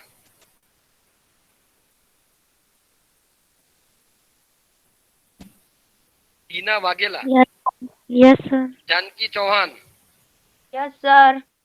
જાસમા, yes sir. Jyoti, yes sir. Karan, yes sir Kinnari, yes sir. Kundan, Maheshwari, yes sir Malti, yes sir. હા okay sir. Parvati, Prabhuta, yes sir. Yes sir. Ragini અવાજ નથી આવતો. Okay, Rakesh, yes sir Rashmikant, yes sir yes sir Rathod Tejal Rathod, Tejal Rathod, Rathod Tejal બેન ક્યાંક ગયા લાગે, એ કદાચ પ્રોબ્લેમ હશે. Razia Banu, yes sir. Rita, yes Shreya, sir. Yes Sunil, sir. Yes sir. Rohan, yes sir. Trupti, yes sir. Vaishali, yes sir. Vishal, Vishal Jadav, Vishal, Yes, sir. Yukta. Yes sir. Okay okay, ચાલો. એટલે નિદીપ નથી આજે, અને પેલો ભાઈ આપણો જે ખરા જે ચેટ બોક્સ ની અંદર લખતા હતા એ બે ભાઈઓ નથી આજે. ઓકે, હશે. ચાલો આગળ વધીએ. એટલે આ જે મેં શેર કર્યું છે એ તમને દેખાતું હશે. હું ફરી પાછો રિપીટ કરું છું. જે નવા આપણા માપદંડો જે છે એ માપદંડો આપણે જે સુધારેલા માપદંડો તરીકે લીધા છે, નવા માપદંડો તરીકે લીધેલા છે, એની વિશિષ્ટતા શું છે એ લખેલી જ છે. એક તો આપણે પોસ્ટ ઓફિસ થાપણો જે છે, એટલે કે બચત અને અન્ય થાપણો જે પોસ્ટ ઓફિસમાં હતી એને ચલણમાંથી પડતી મૂકી છે.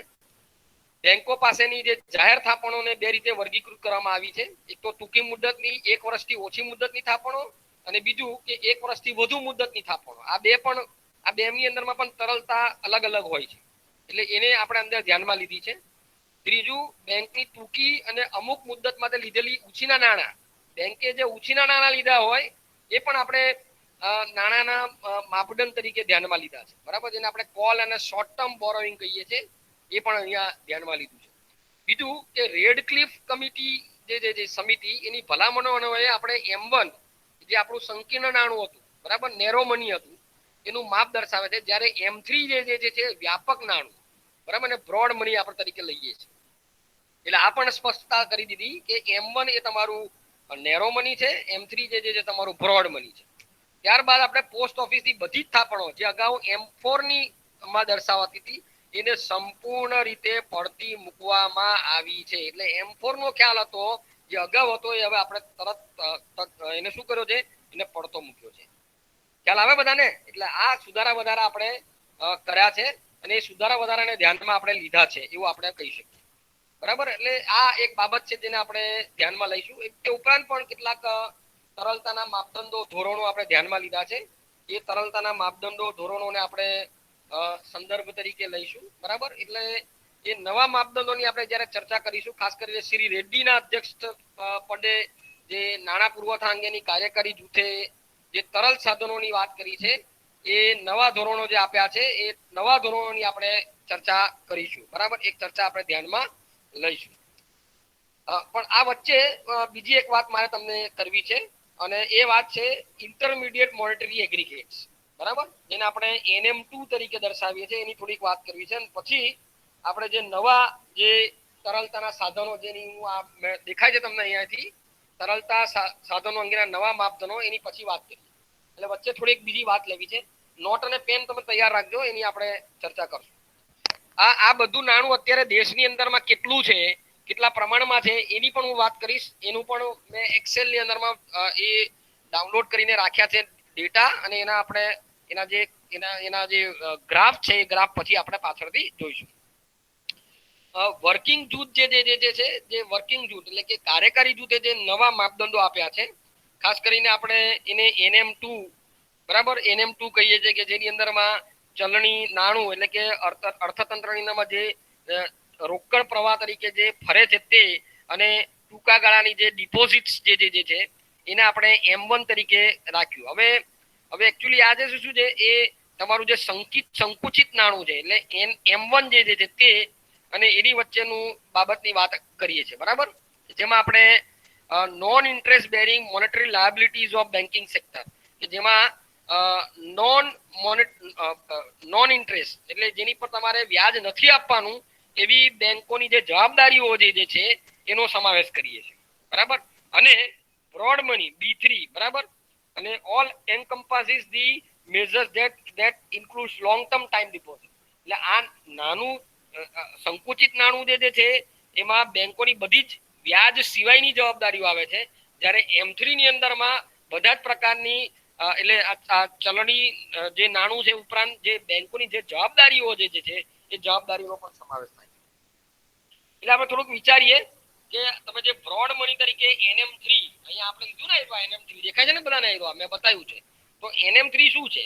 તો NM3 જે છે એ બેંકો દ્વારા એટલે કે અત્યારની જે વ્યવસ્થા છે બેન્કિંગ વ્યવસ્થા છે એ બેન્કિંગ વ્યવસ્થાની અંદરમાં જે વિસ્તૃત નાણાંનો જે સ્ત્રોત વિસ્તૃત નાણું જે આપણે આપવામાં આવ્યું છે જેને આપણે હવે NM3 તરીકે દર્શાવીએ છીએ એ એક લાંબા ગાળાની ડિપોઝિટ્સ બરાબર જે તમે અહીંયા લખ્યું છે વાંચતા હશો કે તમે જોઈ પણ શકતા હશો કે બેન્કિંગ ક્ષેત્ર દ્વારા કોલ અને ટર્મ ડિપોઝિટ એટલે કે અમુક મુદત માટે અથવા ટૂંકી મુદત માટે જે ઉછીના નાણાં લેવામાં આવ્યા હોય બરાબર નોન બેંક રિસોર્સિસ એટલે કે બિન બેન્કિંગ વ્યવસ્થા પાસેથી લેવામાં આવ્યા હોય એને પણ અર્થતંત્રની અંદરમાં નાણાંના એક અગત્યના સાધન તરીકે આપણે ધ્યાનમાં લીધું છે. હવે M3 જે આગળ આપણે જોયો તે કન્સેપ્ટ અને NM3 જે અત્યારે લીધો તે એ બે વચ્ચે ભેદ શું છે? તો કે બેની વચ્ચે ભેદ એટલો છે કે આની અંદરમાં આપણે ખાસ કરીને fix foreign currency liabilities of banking system બરાબર એટલે જે NRI જે નોન રેસિડેન્શિયલ જે ઇન્ડિયન છે NRI એની જે ફોરેન ફિક્સ કરન્સી લાયબિલિટીઝ જે છે એ આપણે નાણાં પુરવઠાની અંદરમાં ધ્યાનમાં લઈએ છીએ. આ યાદ રાખજો.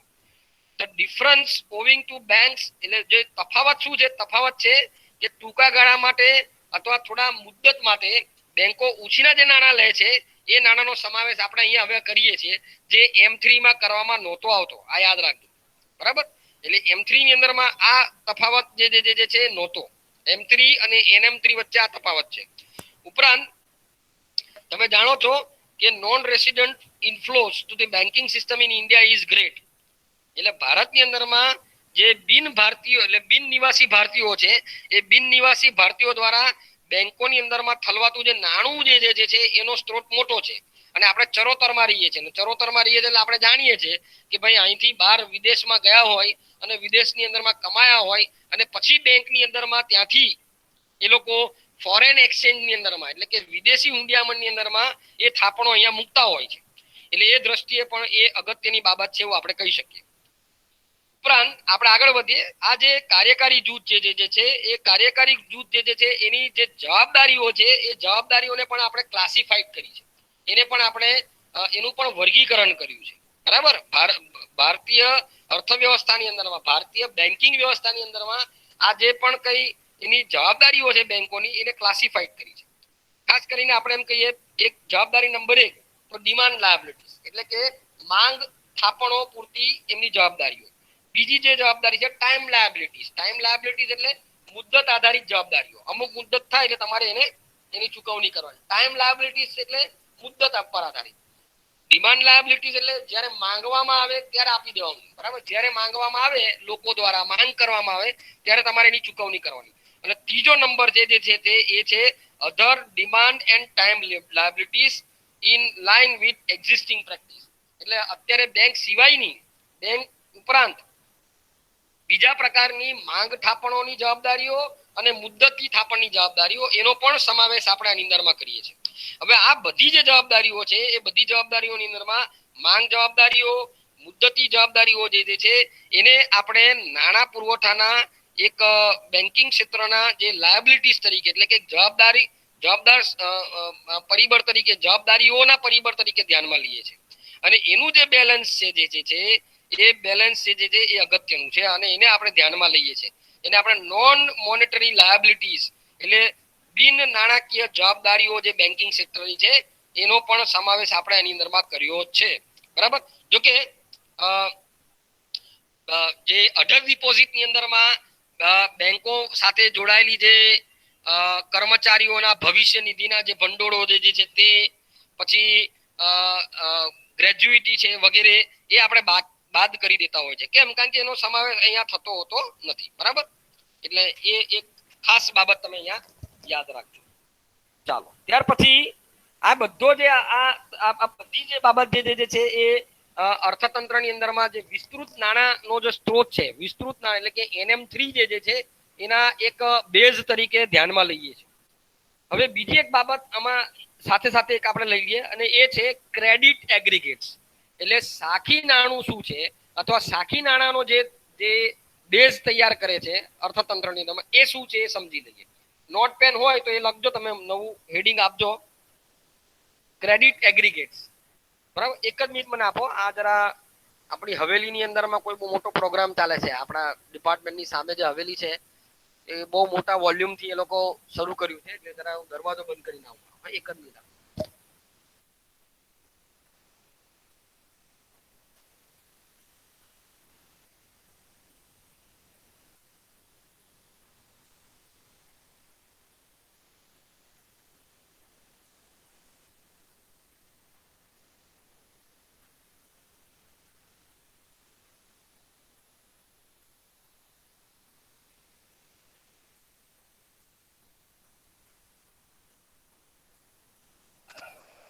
ઓકે, હું માનું છું બધા અહીંયા જ છો અને ઘણી વખત ઘણું મોટેથી મારે બોલવાનું થતું હોય છે, એટલે આજુબાજુમાં પણ ક્લાસની અંદરમાં પ્રોબ્લેમ હોય છે. એટલે મારો અવાજ ખબર નહીં તમને એમાં તો આવતો જ હશે, એટલે થોડુંક ક્યારેક ધીરો પડે છે એવું કહો છો, એનું કારણ આપણા હેન્ડ્સ ફ્રી છે, એટલે હેન્ડ્સ ફ્રી ના કારણે એવું થતું હોય છે. ઓકે, લખીએ આપણે નવું જે હેડિંગ જે છે હેડિંગ આ રીતે આપણે આપીએ છીએ નવું, ક્રેડિટ એગ્રીગેટ્સ એટલે કે સાખી ચલણ એવું નામ આપો તમે, બરાબર, સાખી ચલણ. તો હવે એની વાત કરીએ છીએ, જેની વાત આપણે આપણા જે મટીરિયલ છે એની અંદર નથી થઈ. બરાબર, હું લગભગ 11:45 સુધી હું ક્લાસ લઈશ. 12 વાગ્યાથી કદાચ તમારો બીજો ક્લાસ બેનનો હશે, એની કંઈક સૂચનાઓ તમને મળી જશે. બરાબર, એટલે 11:45 હું બંધ કરી દઈશ, કારણ કે તમારે પણ પછી થોડો બ્રેક, તમારે પણ થોડું ચાર્જિંગ આ તે બધું કરવાનું હોય છે ને એવું. તમારો આજે કયો બીજો ક્લાસ છે મારા પછી તરત જ બેનનો? લગભગ ઇન્ટરનેશનલ ઇકોનોમિક્સ. ઇન્ટરનેટ. હા, પણ એ તો 1 થી 2:30 છે ને, 1 વાગ્યાથી 2:30 વાગે એગ્રીકલ્ચર ઇકોનોમિક્સ નો છે ને, આના પછી યસ તરત જ છે ને. હા એગ્રીકલ્ચર નું હા, કશો વાંધો નહીં. હું 11:45 બંધ કરી દઈશ. હું તમને વધારે હેરાન નહીં કરું. મારો તો એક જ ક્લાસ છે, પણ પહેલો છે એટલે હું એનો લાભ લઈ લેતો હું. આપણે આ જે છે ક્યાંય પણ કંઈક બોરિંગ જેવું લાગે ને એટલે મને કેવું તમારે, એટલે હું થોડી અલગ વાત લઈ જાઉં, અલગ જગ્યા પર લઈ જાઉં. હવે આમાં એવું છે કે તમે પહેલો ક્લાસ ભરતા હો અને પહેલા ક્લાસમાં ઉર્જા વધારે હોય, તમે બધા એકદમ ફ્રેશ હો, એટલે ફ્રેશ હો એટલે તરત જ બધી વાતો આપણે કરી શકતા હોઈએ. અને એ વાતો આપણે આર્થિક પણ હોઈ શકે, બધું આજુબાજુ ઇર્દ ગિર્દ પણ વાતો હોય. એટલે મને એકચ્યુઅલી ખરેખર તમને રૂબરૂ મળીને ભણાવવાની ખૂબ મજા આવતી હોય છે. મને મારા દરેકે દરેક ક્લાસમાં ખૂબ મજા આવતી હોય છે. સમાવ આ જે ડિજિટલી જે આપણે થયા છે એમાં આપણે એકબીજાને જોઈ શકતા નથી, એટલે થોડું તમારા માટે પણ અઘરું છે, મારા માટે પણ અઘરું છે. એટલે એને રસ સભર બનાવવાનો થોડો પ્રયત્ન હું પણ કરતો હોઉં છું, પરંતુ પહેલા ક્લાસ હોય એટલે હું એની અંદરમાં સીધો સિલેબસ પર આવી જતો. તમને કદાચ સૂચના ખાતર તમારી જેવું આપણે આવતા વર્ષે જઈશું. એક જ મિનિટ. હેલો, હા, નહીં નોટ મારો, ગલત નંબર. નો ગલત નંબર આપ્યો. નહીં ગલત નંબર. ઓકે, ખબર નહીં આ કેમ બધા લોકો હેરાન કરે છે. આજે મારા એક જ મિનિટ, હું એને સેલ્સ અને એને બ્લોક કરી દઉં. ચાલો, એટલે પહેલો ક્લાસ હોય છે એટલે તમારી ઉર્જા એ હોય છે એટલે તમારું જે ઘટતો દૃષ્ટિગુણનો નિયમ જે છે તે કામ કરતો હોતો નથી. બરાબર, પણ તમે ઘટતો દૃષ્ટિગુણનો નિયમ તમે ચા ના ઉદાહરણથી સમજતા હશો કે તમને કોઈ એક તમે ચા પીતા હો, ચા ગમતી હોય તમને 1 કપ ચા ઓફર કરવામાં આવે તો તમે એમાંથી પ્રાપ્ત થતો દૃષ્ટિગુણ અને 1 કપ પીધા પછી બીજો કપ ઓફર કરવામાં આવે એમાંથી પ્રાપ્ત થતો દૃષ્ટિગુણ, એમાં ફરક પડે? શું ફરક પડે? ભણો છો ને, આ અર્થશાસ્ત્રનો બહુ વિશિષ્ટ કન્સેપ્ટ છે. શું ફરક પડે? બીજા કપથી સંતોષ ઓછો મળે. હા, બીજા કપથી સંતોષ ઓછો મળે છે. બરાબર, તમને પણ એવું થાય છે કે તમે પીવો છો ચા અપેક્ષા? હા સર. એટલે 1 કપ પીવો ને પછી બીજો કપ તરત જ આપવામાં આવે તો તમે શું કહેશો? ના કહેશો ને, કે પી લેશો? ના, એક જ કપ. હા, એક જ કપ. ઓકે. એટલે મારો કિસ્સો થોડાક અલગ છે. એટલે મને એટલે હવે એમાં થયું એવું છે કે આપણા કપ બહુ નાના થઈ ગયા ચાના. બહાર રેકડી પર પીવા ગયા હોય ને એટલે કોઈ એક કપ ચા આપે તો એમાં તો આપણું ગળું પણ લગભગ કે પેલો ગળામાં ક્યાંક ક્યાંક થોડુંક થોડુંક ગયું હોય. એટલે કોઈ બીજો કપ ઓફર કરે તો આઈ ડોન્ટ ડિનાય, બરાબર. એટલે હું એને ના નથી કેતો, બીજો કપ પણ પી લેતો. ત્રીજો કપ કોઈ ઓફર સર કરે તો એ પણ હું. પોલિયો બોલો ડ્રોપ બોલો જેવું થઈ બોલો ગયું તપન, બોલો શું કહો છો? છે. પોલિયો ડ્રોપ જેવું થઈ ગયું છે ચાના કપનું હવે. પોલિયો ડ્રોપ પોલિયો ડ્રોપ કેવી રીતે તમે એને ગણો છો પોલિયો ડ્રોપ તરીકે? એકદમ નાના નાના એકદમ સ્મોલ એકદમ એક ઘૂંટા જેટલા જ આવે છે ને એટલે. પણ એને તમે પોલિયો ડ્રોપ ના કહી શકો, કારણ કે પોલિયો ડ્રોપ તો આખા લાઈફ ની અંદરમાં અથવા તો એ જે અમુક ઉંમર સુધી જ લેવાય છે અને એક બે ટીપા જ લેવાય છે. એનો ડોઝ જો એનાથી વધી જાય તો માણસ મરી જાય. એની સાથે યસ સર, પણ એની સાથે એ રીતે એમ એકદમ બીજા સાથે કરો. એકદમ સ્મોલ સાઈઝ એમ. હા, એટલે એ તો પણ એ તો પોલિયો ડ્રોપ હોય છે, નાના હોય. આ તમે એને એવું કહી શકો કે આપણે ચોકલેટ જેવું કે ચોકલેટ પણ જે હવે તમે જો એના રૂપિયા એના એ જ રહ્યા પણ એની સાઈઝ ઘટી ગઈ, બરાબર. પછી કોઈ પણ હોય કિટકેટ થી લઈ અને તમારી જે કેડબરી આ તે બધી ચોકલેટો, એટલે એનું એક આખું ઇકોનોમિક્સ છે, એ સમજવા જેવું છે ને સમજાવવું જોઈએ તમને. પણ મારું એક કામ અલગ છે. મને કોઈ એક કપ ચા ઓફર કર્યો તો હું બીજી કપ પણ પી લેતો હોઉં છું અને ત્રીજી ઓફર કરે તો ત્રીજી એ પી લેતો હોઉં છું, કારણ કે મને એમાંથી પ્રાપ્ત થવાનો મને એવું થાય છે કે છેલ્લી જે ઓફર કરવામાં આવે છે એમાંથી પ્રાપ્ત થતો દૃષ્ટિકોણ વધારે હોય છે, બરાબર. મારા માટે હું આ મારી વાત કરું છું. એટલે તમે આવું જોયું પણ હશે કે જ્યારે આપણે અત્યારે તો એવા લગ્ન સિઝન ચાલતી નથી, બાકી લગ્ન સરાની અંદરમાં પેલું નથી કહેવાતું કે લોકો ગુલાબજાંબુ જોયા હોય તો ધડાધડ મતલબ પેલા મૂકવા આવતો હોય તો આપણે એક ની કરતા બે ગમતા હોય તો બે વધારે મુકાઈ દેતા હોય છે, બરાબર. અને પછી પંગત ની અંદરમાં ફરી પાછો ક્યાંક તો દૂરથી દેખાઈ જાય કે આ પાછો વેચવા આવ્યો છે ગુલાબજાંબુ, તો આપણે શું કરીએ છીએ, જે હોય તે ખાલી કરીને બીજા બે મૂકી જાય, બરાબર. એવું કરતા હોઈએ છે. આમાં એક કિસ્સો થઈ ગયો. એક ભાઈ જે છે એ ડીશ ભરી અને ગુલાબજાંબુ જે છે લેતો હતો અને ગુલાબજાંબુ લઈને શું કરતો હતો, અડધા ખા લેતો અને અડધા ખાઈને મૂકી દેતો ડીશમાં. પેલા ભાઈ થી રેવાયું નહીં એટલે પૂછ્યું કે ભાઈ તું આ શું કરે છે, કે કેમ અડધા ખાય, બાકી શું થયું, કઈ તકલીફ થઈ? કે અડધા એટલે ખાઉં છું કે ડીશ માંથી ગબડી ના જાય. ડીશ ની અંદર અડધા ખાઈને મૂકે તો એ ગબડી ના જાય, બરાબર. અડધા ખાઈને મૂકે એટલે લોકો આવા પણ હોય છે. ચાલો હશે આ દૃષ્ટિકોણ મેળવવો, મળવો, ઉપભોગ કરવું, એની બહુ વિસ્તૃત ચર્ચાઓ થઈ શકે છે અને આપણે એની ચર્ચા અત્યારે અસ્થાને છે, આપણે એને નહીં લઈએ. આપણે આપણા ક્રેડિટ એગ્રીગેટ્સ ની વાત કરી અને આપણે આજે અહીંયા પૂરું કરશું. બેંક જે છે બેંકો વાણિજ્ય ક્ષેત્રને ખૂબ મોટા પ્રમાણની અંદરમાં લોન આપે છે, બરાબર. તમે જાણો છો શાખ આપે છે, bank credit two commercial sector, બરાબર. અને RBI credit two commercial sector. અને આરબીઆઈ શું કરે છે, આરબીઆઈ પણ જે કોમર્શિયલ સેક્ટર જે વાણિજ્ય ક્ષેત્ર છે એને પણ એ ક્રેડિટ આપે છે. The credit from banking system to the commercial sector. એટલે રિઝર્વ બેંક ઓફ ઇન્ડિયાને જો વાણિજ્ય ક્ષેત્રની અંદરમાં વધારે નાણું આપવું હોય તો એ કોના થ્રુ આપશે, એ બેન્કિંગ વ્યવસ્થા થ્રુ આપશે. એટલે આખી પેલું શું કહેવાય, વાણિજ્ય ક્ષેત્રમાં નાણું ઠાલવવા માટેની એક આખી ચેનલ તૈયાર થાય છે. અને as far as the RBI credit to the commercial sector is concern, એટલે જ્યાં સુધી રિઝર્વ બેંક ઓફ ઇન્ડિયાનું આરબીઆઈ દ્વારા જે શાખની વાત છે, તો the only change proposed by working group is the inclusion of RBI's loan and advances to NABARD. એટલે RBI જે નાબાર્ડ ને લોન આપે છે, આરબીઆઈ જે નાબાર્ડ ને ઉછીના નાણાં એડવાન્સ આપે છે, એનો સમાવેશ કરવાની વાત એમાં કરવામાં આવી છે. The banking system credit to the commercial sector would comprise, એટલે બેંક વ્યવસ્થા જે વાણિજ્ય ક્ષેત્રને જે પણ કઈ લોન આપે છે એમાં કોનો સમાવેશ થાય છે અને કઈ રીતે આપવામાં આવે છે. તો લખીએ નંબર 1, તમારી પાસે નોટ પેન છે તો લખજો એની અંદર. નંબર 1 એ આપે છે, લોન આપે છે, અલ્પવિરામ, પછી કેશ ક્રેડિટ એટલે તરલ શાખ એન્ડ ઓવરડ્રાફ્ટ, બરાબર. ઓવરડ્રાફ્ટ ને ઓવરડ્રાફ્ટ જ લઈશું. એ ભારતીય ચલણમાં અને વિદેશી ચલણ બંનેમાં, બરાબર, તો એનો સમાવેશ થાય છે. નંબર 3 જે વિદેશી હુંડી અને આંતરિક હુંડી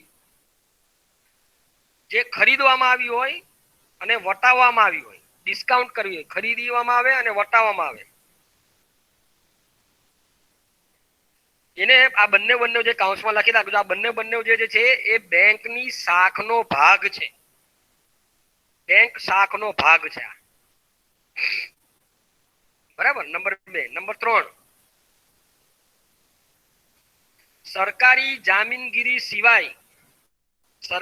જામીનગીરીઓ સિવાય કરવામાં આવતું બધા જ પ્રકારનું મૂડીરોકાણ.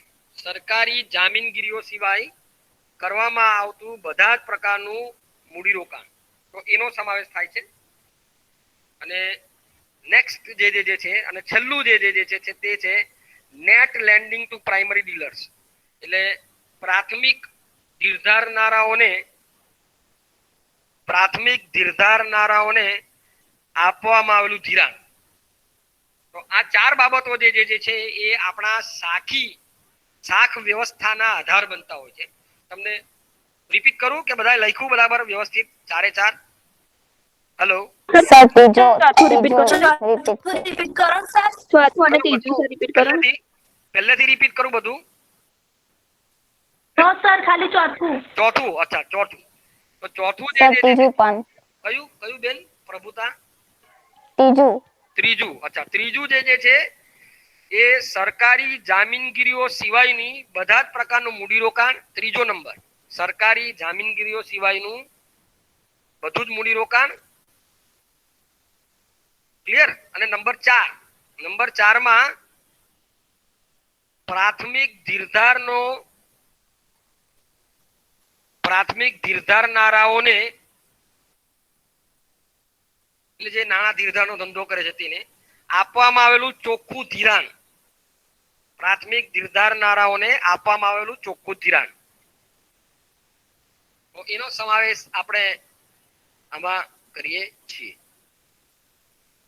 Clear all of you? હા, ઓકે. Yes sir. ચાલો, એટલે હવે Yes, આપણે sir. Yes, sir. બે શબ્દો બોલી અને હું ક્લાસ પૂરો કરું. હવે જે પ્રાથમિક ધીરનારાઓને જે આપણે ચોખ્ખું ધિરાણ આપીએ છીએ એમાં ખાસ કરીને એક બેંક અને બીજી બેંક વચ્ચેની જે ચોખ્ખી થાપણો છે એનો પણ સમાવેશ કરી લેવામાં આવે છે. એ પણ ભારતીય બેન્કિંગ વ્યવસ્થાનો ભાગ છે એવું આપણે માનીએ છીએ. અને કાર્યકારી જૂથે તો એવું કેવું છે કે આ પ્રાથમિક ધીરધારણાઓને જે આપણે આપીએ છીએ એને પણ બેંક લેન્ડિંગનો જ એક ભાગ કેવો જોઈએ, એટલે કે બેંકો દ્વારા આપવામાં આવેલી શાખ તરીકે કન્સિડર કરવો જોઈએ. ઓકે, તો આ એક બાબત છે. પછી net foreign assets of banking sector, એની પણ એક થોડીક બાબત છે, એનો પણ સમાવેશ આપણે કરવો જોઈએ ના કરવો જોઈએ એની બાબતે રિઝર્વ બેંકની થોડીક ચર્ચાઓ છે એ આપણે હવે નેક્સ્ટ ક્લાસમાં આ વર્ષના છેલ્લા અઠવાડિયામાં, એટલે 2020 નું જે છેલ્લું અઠવાડિયું જે છે એ 28 તારીખથી શરૂ થશે ત્યારે આપણે લઈશું. ત્યાં સુધી બધાને આવનારું જે તહેવાર છે 25મો નાતાલનો, એને બધીની શુભેચ્છાઓ, શુભકામનાઓ. બરાબર. કોઈ પણ ધર્મનો તહેવાર હોય, ભારત એ તહેવારોનો દેશ છે, એટલે આ તહેવારોથી જ આપણે જીવન છે અને તહેવારોથી જ આપણો કોરોના જે છે કંટ્રોલમાં છે. એટલે બહુ તહેવારોમાં બહાર જવું નહીં. બરાબર. અને માસ્ક પહેરવું, 2 ગજ કી દૂરી જે આપણે કીધું છે એ રાખવી, અને પોતે તો સ્વાસ્થ્ય એટલે પોતે તો તકેદારી રાખવી અને અન્યને માટે પણ તકેદારીઓ રખાવી. તો હું આ સાથે અહીંનો આજનો ક્લાસ જે છે અહીં પૂરો કરું છું. મેં પ્રેઝન્ટેશન પણ બંધ કર્યું છે અને મારું જે રેકોર્ડિંગ છે પણ એને પણ હું બંધ કરું છું.